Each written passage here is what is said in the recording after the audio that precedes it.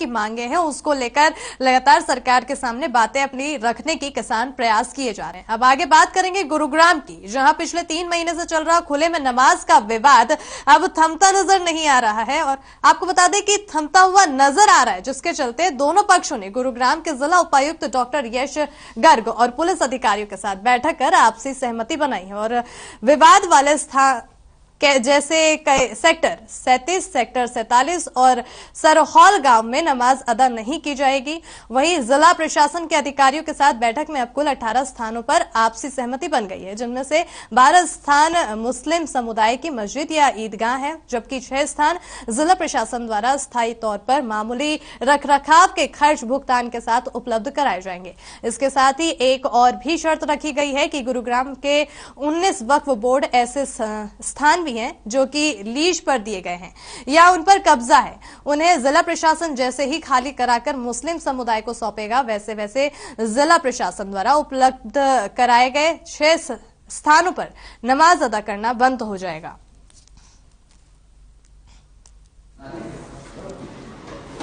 और सबसे अच्छी बात यह कि आज सभी लोगों ने ये स्वीकार किया कि किसी भी सार्वजनिक जगह पर पूजा पद्धति या नमाज इबादत नहीं करनी चाहिए, क्योंकि नमाज का पढ़ने का कुछ कायदे हैं, उसूल हैं, तरीके हैं। इसलिए आज प्रशासन के यहाँ आकर हमारे गुरुग्राम इमाम संगठन के लोगों ने अपनी एक अपील दायर की कि हमने जो है गुड़गांव में 18 जो पॉइंट हैं उन पर नमाज को करवाया जाए, और जो पहले पॉइंट थे जिनको लेकर विवाद चल रहा था सार्वजनिक, वो पॉइंट नहीं रहेंगे इसमें। और साथ में गुरुग्राम इमाम संगठन ने ये भी कहा है कि जो जगह रिलीजियस प्लेस से अलग हटके हैं उन पर जो किराया बनता है सरकारी, तो वो किराए को भी हम देने को तैयार हैं, लेकिन नमाज बादस्तूर जारी रहनी चाहिए। ये नमाज को लेकर के 2018 से ये विषय गुरुग्राम में लगातार चल रहा था। आज उस विवाद को और उस आंदोलन को जो संयुक्त हिंदू संघर्ष समिति सार्वजनिक स्थानों को लेकर चला रही थी, उस पर विराम लग गया है। यहाँ पर इमाम संगठन ने जो इमाम नमाज अदा करवाते थे, क्योंकि नमाज और इमाम दोनों एक दूसरे के साथ जुड़े हुए शब्द हैं। इमाम नमाज अदा कराते हैं, नमाज इमाम अदा कराते हैं, उनके बिना हो नहीं सकता। उस संगठन ने यह पहल की है कि जिन इस समय तथाकथित 20 चिन्हित स्थानों पर, जिनको धीरे धीरे कम करने का 1 महीने में वचन दिया गया था, उन पर ये आगे नमाज नहीं करेंगे। उसके अतिरिक्त अस्थायी रूप से 6 स्थान इन्होंने प्रशासन से मांगे हैं। इन 20 स्थानों से अलग हट करके हैं वे स्थान, उसमें अपनी कनात से या किसी व्यवस्था से खुलापन खत्म करके ये करेंगे। अस्थायी रूप से इन्होंने उनको लेने के लिए आवेदन किया है और उसका शुल्क देने का भी उन्होंने आवेदन में ये लिखा। तो खुले में नमाज को लेकर लगातार विवाद होता रहता था, लेकिन अब इस पर जो विवाद है वो थमता हुआ नजर आ रहा है। ऐसे में इसी खबर पर ज्यादा जानकारी के लिए हमारे साथ गुरुग्राम से सीधा मोहित कुमार जुड़ चुके हैं। मोहित, लगातार जो विवाद होता रहता था हिंदू मुस्लिम के बीच, लगातार यही विवाद का मुद्दा रहता था कि खुले में नमाज क्यों, अब ये विवाद थोड़ा वो थमता नजर आ रहा है। ऐसे में आखिर क्या कुछ इस बैठक में खास कदम उठाए गए थे, क्या कुछ निर्देश लिया गया था जिसके बाद ये इस पर सहमति बनी हुई है और अब जो विवाद है वो थमता हुआ नजर आ रहा है? मैं तो बताना चाहूंगा, जब से गुरुग्राम के अंदर लगातार खुले में नमाज का विरोध हो रहा था, तो ऐसे में ये मुद्दा जैसे जैसे पुराना होता गया, वैसे वैसे अंतर्राष्ट्रीय दबाव की जो है लगातार गुरुग्राम जिला प्रशासन को बन रहा था, क्योंकि सऊदी अरब के जो लोग थे, सऊदी अरब के जो मुस्लिम संगठन थे, वो भी इस नमाज के इस चीज को लेकर आतंकवाद बताया था, इस पूरी कार्यवाही को, लोगों के इस विरोध को। तो ऐसे में कहीं ना कहीं जो छवि थी भारत की वो खराब हो रही थी। तो ऐसे में गुरुग्राम जिला प्रशासन ने तय किया था कि दोनों संगठनों की एक मीटिंग कराई जाए, जिसके अंदर सहमति उनकी देखी जाएगी किस बात को लेकर वो सहमत है और किस बात को लेकर सहमत नहीं है। तो जब ये मीटिंग कराई गई तो मीटिंग के अंदर साफ तौर पर दोनों ही जो संगठन थे, चाहे मुस्लिम एकता मंच हो चाहे हिंदू संघर्ष समिति हो, सभी ने साफ तौर पर बताया कि हमें खुले में नमाज करना तो कोई विरोध है और हमें खुले में नमाज करना कोई जरूरी नहीं है, मगर हमें जगह अगर देती जाती है तो हम अंदर भी नमाज कर सकते हैं।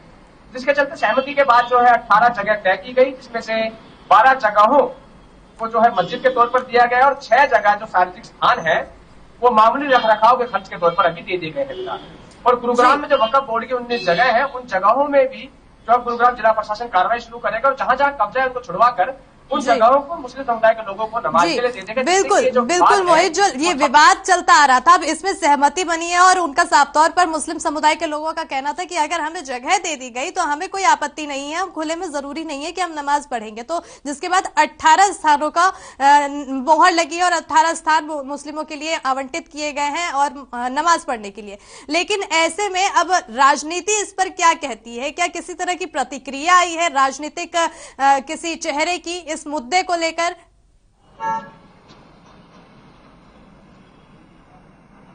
राजनीतिक प्रतिक्रिया की अगर हम बात करें, पूरे मुद्दे से जो दोनों ही राजनीतिक संगठन थे, चाहे हम कांग्रेस की बात करें चाहे भाजपा की बात करें, कहीं ना कहीं जो बड़े नेता हैं, बड़े चेहरे हैं, वो इससे दूरी बनाते नजर आए। क्योंकि ऐसे में गुरुग्राम की अगर हम लोकसभा की बात करें या गुरुग्राम विधानसभा की बात करें तो गुरुग्राम से लगता मेवात है, फरीदाबाद है और भी कई इलाके हैं। जैसे कि मेवात की जो जनसंख्या है काफी है और लोकसभा चुनाव के अंदर, सांसद के चुनाव के अंदर एक बड़ी भूमिका जो है मेवात से निभाई जाती है। तो कोई भी इस वोट बैंक को खराब नहीं करना चाहेगा। तो ऐसे में इस मुद्दे को लेकर के सभी चुप्पी साधे हुए थे। मगर मैं बताना चाहूंगा इस पूरे मसले के अंदर एक बात अभी भी सामने आ रही है कि जिन दो संगठनों की आज जो यहां पर मीटिंग हुई है कल शाम, इस मीटिंग के बाद दोनों ने सहमति जरूर दिखा दी है। मगर लगातार बीते 3 महीनों से जो आप जिन चेहरों को देख रहे थे, जो नमाज पढ़ने आ रहे थे और जिनका विरोध लगातार हो रहा था, वो चेहरे इस मीटिंग के अंदर नहीं थे। चाहे हम बात करें हाजी शहजाद खान की बात करें या फिर कई और चेहरों की। तो ऐसे में आने वाला शुक्रवार ये तय कर पाएगा कि आखिर जो सहमति इस मीटिंग के अंदर हुई है, क्या इसका असर वाकई पूरे समुदाय, चाहे हिंदू संगठन की बात करें, मुस्लिम समुदाय की बात करें, पूरे समस्त समुदाय इसमें एकजुट होकर के सहमति दिखाता है या फिर शुक्रवार को लोग इस बैठक से असहमत होकर दोबारा से खुले में नमाज पढ़ने पहुंचते हैं। जी बिल्कुल, अब ये आने वाले समय पर पता चलेगा कि मुस्लिम समुदाय और हिंदू समुदाय इस पर सहमति दिखाता है कि नहीं। हालांकि प्रशासन ने अपनी पूरी तैयारी कर ली है, स्थानों का आवंटन कर दिया है। तमाम जानकारी के लिए बहुत बहुत शुक्रिया मोहित।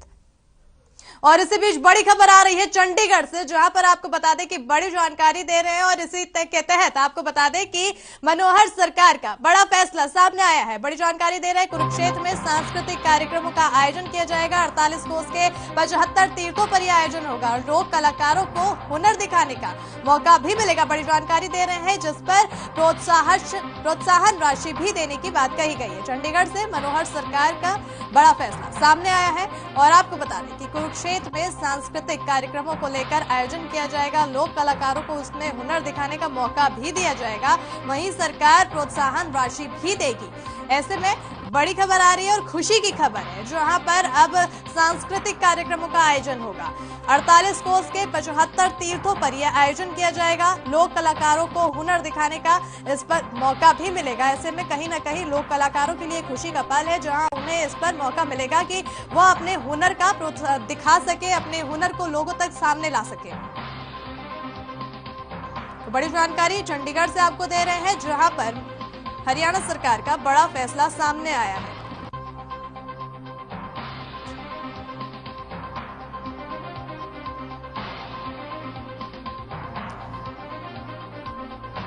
और इस बीच बड़ी जानकारी जींद से आ रही है, जहां पर कोरोना को लेकर बड़ी जानकारी सामने आ रही है। और आपको बता दें कि लगातार कोरोना के केस बढ़ते जा रहे हैं और अब जींद में फिर से कोरोना पैर पसार रहा है। शहर में 2 कोरोना के केस मिले हैं।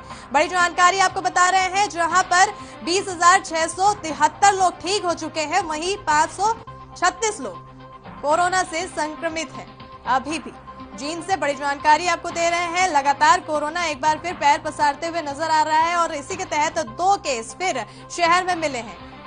और वहीं आपको बता दें कि 536 लोगों की कोरोना से मौत हो चुकी है, जबकि अभी फिलहाल में 2 केस जींद में मिले हैं कोरोना से, जो पॉजिटिव पाए गए हैं।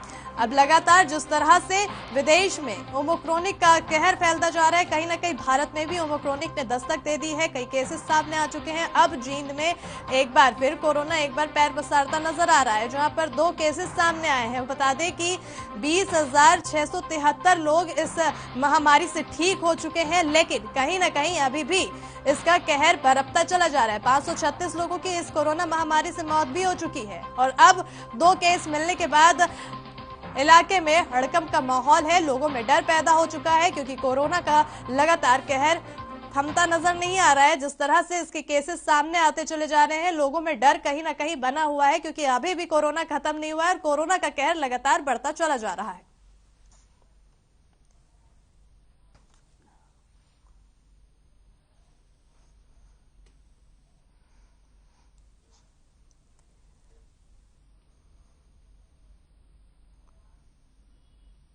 और इसी बीच भिवानी से बड़ी जानकारी आपको दे रहे हैं, जहां पर तेज रफ्तार का कहर देखने को मिला है। भिवानी से बड़ी जानकारी दे रहे हैं, जहां पर तेज रफ्तार का कहर सामने आया है। बड़ा हादसा हो गया है और इस हादसे के चलते आपको बता दें, यह हादसा रोडवेज बस और स्कूल बस में भिड़ंत की वजह से हुआ है। कई यात्री इस पर घायल भी हुए हैं।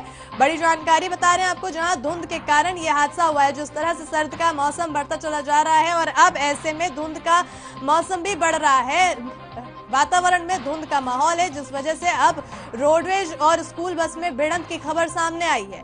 कई यात्री इस पर घायल भी हो गए हैं। धुंध के कारण यह हादसा होने की वजह बताई जा रही है और कई यात्री इस हादसे में घायल हुए। बड़ी जानकारी आपको भिवानी से दे रहे हैं, जहां पर आपको बता दें कि धुंध के चलते सड़क हादसे की खबरें आना शुरू हो गई है। जिस तरह से ठंड धीरे धीरे बढ़ती चली जा रही है, अब धुंध भी बढ़ना शुरू हो चुकी है और ऐसे में अब वाहन चालक हैं, उनके लिए समस्या कहीं ना कहीं शुरू हो चुकी है क्योंकि जिस तरह से धुंध शुरू हो रही है उसकी वजह से विजिबिलिटी कहीं ना कहीं खत्म होती नजर आ रही है। अब वाहन चालकों को ऐसे में गाड़ी चलाने में काफी दिक्कतों का सामना करना पड़ रहा है और अब हादसों का दौर भी शुरू हो गया है। भिवानी से बड़ी जानकारी दे रहे हैं, जहां पर रोडवेज बस और स्कूल बस में भिड़ंत हुई है और इस भिड़ंत के चलते कई यात्री घायल भी हुए हैं।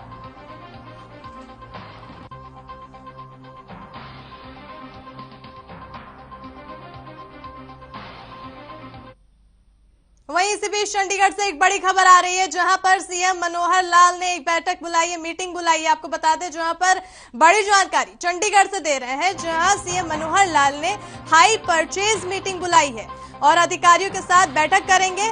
और आपको बता दें कि ये बैठक शाम 5 बजे की जाएगी। हरियाणा निवास में ये बैठक की जाएगी, आज शाम होगी, जहां अधिकारियों के साथ इस बैठक में कई तरह के फैसले लिए जाएंगे। चंडीगढ़ से बड़ी जानकारी, सीएम ने हाई परचेज बैठक बुलाई है और अधिकारियों के साथ इस दौरान बैठक करेंगे और कई तरह के मुद्दों पर चर्चा की जाएगी। 5 बजे आज शाम को ये बैठक की जाएगी और हरियाणा निवास में ये बैठक की जाएगी। अधिकारियों के साथ इस पर बैठक होगी।